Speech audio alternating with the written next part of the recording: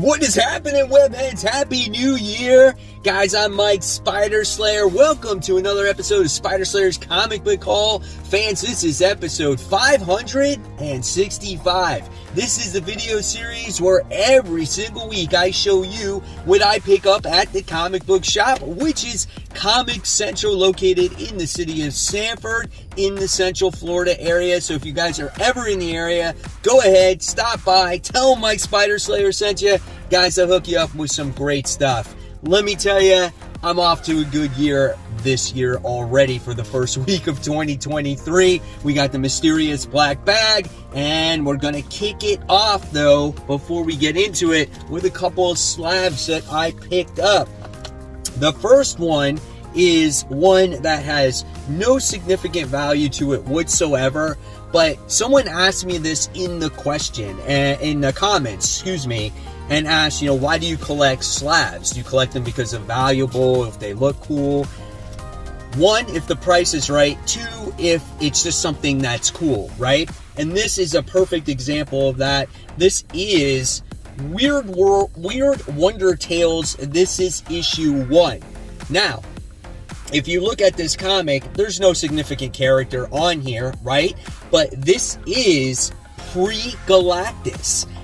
This is a monster that was created for this comic book to eat a planet. And it even says it right here. A monster as huge as the universe itself strikes the thing that devoured a planet. So this could be the original creation that they got from Galactus right here from this comic, right? So I thought this was just an awesome comic to have to add to the collection. So it is a 5.5 and it's off-white to white pages. So that's super cool right there. All right. Then I wound up getting this Marvel double feature. This is issue 1. This has Captain America. It's got Iron Man on it. Again, another comic book that's just cool. The price was right for it. I think it was like $35 that I paid for this one, or $39, and the other one was $35. You cannot beat those prices for slabs, right? And this is, again, in issue 1. This is a Jack Kirby and John Romita cover, and this grade is a 5.5 as well. So again, really cool slabs to add to my collection. Off to the right start here when it comes to the comic book collecting, or slab collecting for this year. All right. So now let's dive into the mysterious black bag, the first one of the year. It's kind of funny, I got both bags. I got a Storytime bag, and I got the mysterious black bag, but I put all my books in the mysterious black bag, because that's what you guys are here for. So here we go. Not a huge week. Here we go. Stack. And with my trip to the comic book store today, I got the 2023 Marvel calendar, so you can hang it up and check out some cool images and calendar stuff, and locate when, or keep track of when new comic book day is and certain releases. Put it up in your new comic book rooms or whatever it is. Yeah, there's that. All right, let's talk about these comic books. So we got some bags and boards that we're going to get out of the way as well. And now we got the first book to talk about, which is an old book, and my shop wound up getting more of them in. Gunslinger issue 15. It's funny, I mentioned this on my top 10 most anticipated comics yesterday, where I was like, oh, I never picked up Gunslinger issue 15. My shop didn't have it. Look what they have. They got it. Gunslinger issue 15. Brett Booth artwork. I'm not going to spend too much time on it because you guys already, I'm sure, read it, but I'm looking forward to reading it. Speaking of Spawn, we got more Spawn. We got Spawn issue 337. Nice looking cover here. There's always bats in the background. It's like Batman.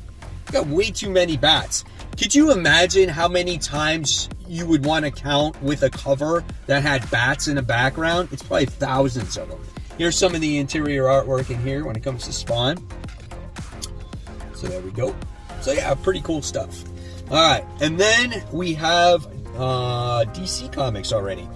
We have Dark Knights of Steel. This is issue 9 of 12.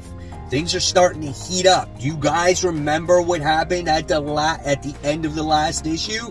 yeah, I think all war is about to break loose on this whole thing, on all these kingdoms here. Great artwork here. One of my favorite stories of the year. I just felt like there was a little bit of a lag between issues, but Dark Knights of Steel is a wonderful title written by Tom Taylor here. So looking forward to this next issue. Then we wind up getting this variant cover of like Batman on his knee, and he's got like breath coming out, and he's got this big ass sword here. That's pretty cool. And then speaking of more Batman, we got Batman issue 131.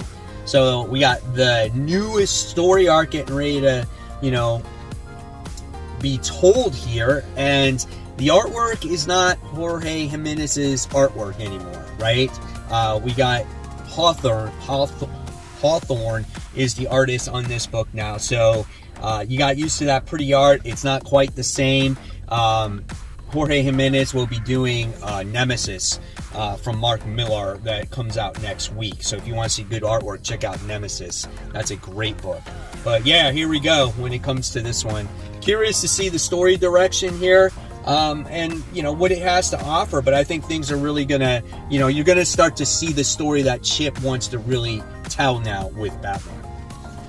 Didn't buy this for the story, bought this one for the cover art.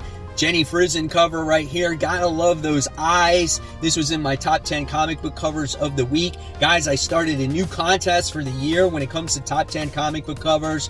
I'm gonna leave a card up top so you guys can click on that and check that out. Hopefully you can vote. Let's check out the interior artwork, even though I'm not reading it. Looks pretty good. Not bad. Bright, colorful. DC's got this more of a old school traditional newspaper pages going on here. Something like from the 90s. That's what it feels like. That's what they're gearing towards. Maybe to keep the cost down for their comic books so they don't raise prices anymore, and trying to get away from the magazine style pages. I'm curious how you guys feel about that. For me, it doesn't bother me as long as the artwork is good, right? All right, then we got Holiday Party. So this was the one that was like the Halloween one that did, and the 420 one. It's the same guy. It's like the soldier dude that smokes pot. So it was kind of comical the past 2 issues, so I wound up getting this one as well. So we'll see what this one has to offer. So if you're looking for a laugh, check out Scotch McTarren's Holiday Party. All right, and then we got this new one from Ablaze. They put out some good stuff, guys. Give them a try. This is Black Sun. I don't know, apocalyptic-like situation book. Could be a lot of fun. I love these styles of book. Here's some of the interior artwork here. Again, going to have to read it to really see what it's about. Interesting artwork in there. So yeah, that's all I have to say about that. I mean, really nothing else. Black Sun issue 1. All right, and then we have Spider-Man issue 4. Man, I'm really struggling keeping on to this one. It says, Peter Parker's no more. Meet our new Spider-Man. Okay, we'll see what Earth he comes from. Maybe we can get less talking and more action in this comic book. I can tell you I like this panel. Look at that Spider-Man right there. He's from the 90s, and he teamed up with Deathlock in an issue. Eric Larson drew him. I love that concept. Really cool Spider-Man right there. And this is a nice page too. I mean, you can't deny the Mark Bagley artwork, right? So maybe this issue is an improvement, and we'll see where we go when this story arc is over. All right, guys. So now it's time for those Facebook group page shout-outs. Our first shout out goes to Hannah, and she says, these are my omnibus reads for this year. So cool. In 2022, she read 13,244 pages and 13 books in total. Man, that's a lot of reading. Congratulations, Hannah. Long-time supporter of the channel. Next, we have Christopher, who's like, mail day, and look at those boxes in there. Holy crap, man, what is in all those boxes? Seems like a lot of comic books, maybe omnis in there as well. And then speaking of omnibuses, we have Danny. He says, my very first omnibus. I pick a good one to be my first. The Flash Wally West by the great Mark Waid. Starting 2023 with a great book. thinking of going the omnibus route. We'll see what happens. Enjoy that read.